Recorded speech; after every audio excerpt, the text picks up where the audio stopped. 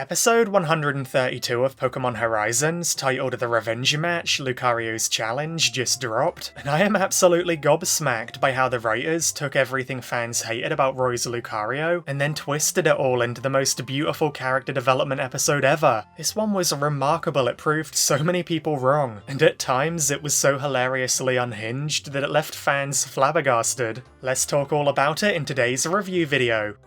In the episode, our heroes are reunited with Liko's grandma, Diana, and I'm still wondering how the heck she got the money to pay for such a massive castle. Like, did she invest in Pokecoin 15 years ago or something? I just know Liko's granny has the tricks of the trade. Anyway, Pogogo tests Pecharunt's Terra type, and very luckily for our heroes, it is poison. So now the Terra team has all 18 Poketypes, and Diana joins the squad to save the world in Laqua. But then, while everyone was distracted, Pecharunt offered Friede mochi, and since Friede wasn't around for the mochi apocalypse earlier in the arc, he eats the mochi, starting the mochi mayhem all over again. Of course, to everyone else's horror.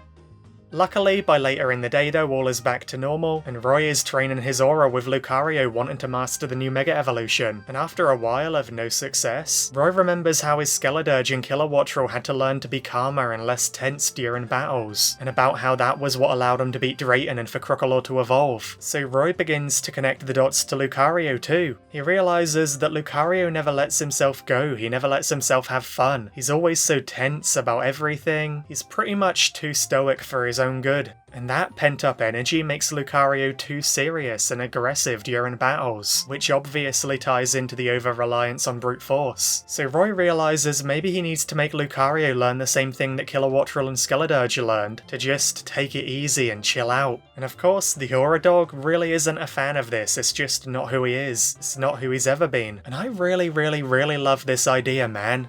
Bringing back the past character development for Roy and his Pokemon and applying it to Lucario, connecting the chilled out approach to a Pokemon who is aggressive and brute forcey and in your face in a battle, it makes an insane amount of sense. This would help Lucario realistically. It would help calm his mind so he's not so serious and angry in battles like he has been recently. This was a great connection from the writers to Roy's past, and I'm really proud of Roy as a trainer for proactively thinking of who Lucario is and how he can help him in this way too. Eventually, after Roy begins reminiscing on his memories with Lucario, and on how Lucario is as a Pokemon, always being the front of every battle, always taking everything on his shoulders, Lucario does begin to lighten up a little, you know? It feels like he's making the same realization as Roy does, and he trusts Roy on such a deep level that he's willing to give it a go. So Lucario sits down and tries relaxing with the others, and then Roy, Skeledirge and Kilowattrel all begin singing like the perfect little choir they are. They want Lucario to join in, to be a part of their family in that way, to be able to feel comfortable enough around him and to lighten up enough around him that he's willing to do that. And of course, at first, Lucario does feel awkward and on edge and unsure of it, but gradually he begins to join in. A genuine smile forms on his face, and then he sings out with his entire heart.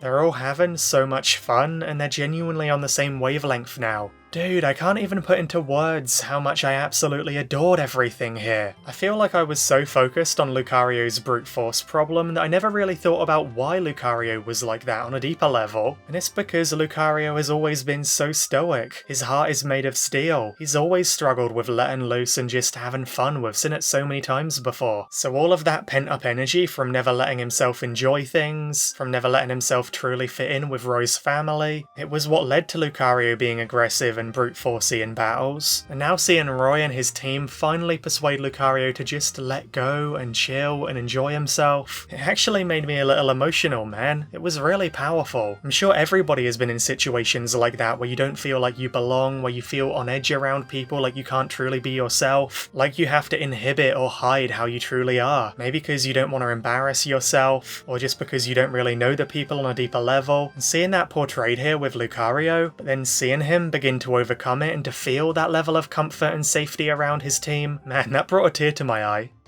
And then after Ult is finished strengthening his Mega Sableye Gem Shield against Mayonnaise and Diana's Pokemon, which is really cool to see him take that initiative here by the way, Roy and Lucario feel ready to rematch Mayonnaise. But dude, this ends up being way more than just a rematch. This is a proper sports event, like a WWE match. And you can tell just how much fun the writers had with this. They really went all out. The judges, the crowds, Cap the referee, the challenger's special entrance, the wrestling ring. Mayonnaise even has has the championship belt, bruh. Bro even took his shirt off.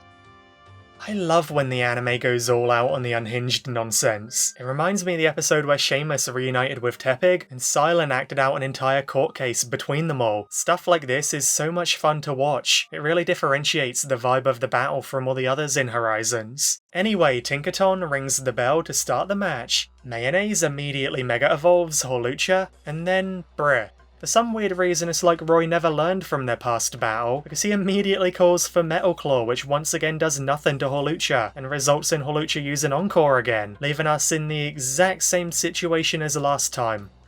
But nope, it turns out this seemed pretty intentional, because Roy and Lucario are ready to test what they've learned. Roy reminds Lucario to be calm and to let go and feel the relaxation like he did earlier, and Lucario enters like a zen state of mind where he's breathing deeply and changes his battle stance, and his aura is totally maximized by focusing on his calmness. He begins repeatedly dodging Hawlucha's attacks over and over and over, and through his zen state he maintains such a control of himself that he doesn't let the Encore force him to attack. Roy is even calling out Hawlucha's movements so that Lucario can fully focus on its zen state and its aura in its legs and arms, allowing it to deflect and parry Hawlucha without even using a single move. And this was just magnificent, dude. This is what I've always wanted to see from Roy and Lucario. This level of teamwork, this level of aura control. This is worthy of the Yellow Blast title, man. Lucario is getting closer and closer to achieving his new form. Roy and Lucario then completely align as one being in a way that feels so scarily Bond phenomenon coded. Like, dude, is this Ash Greninja?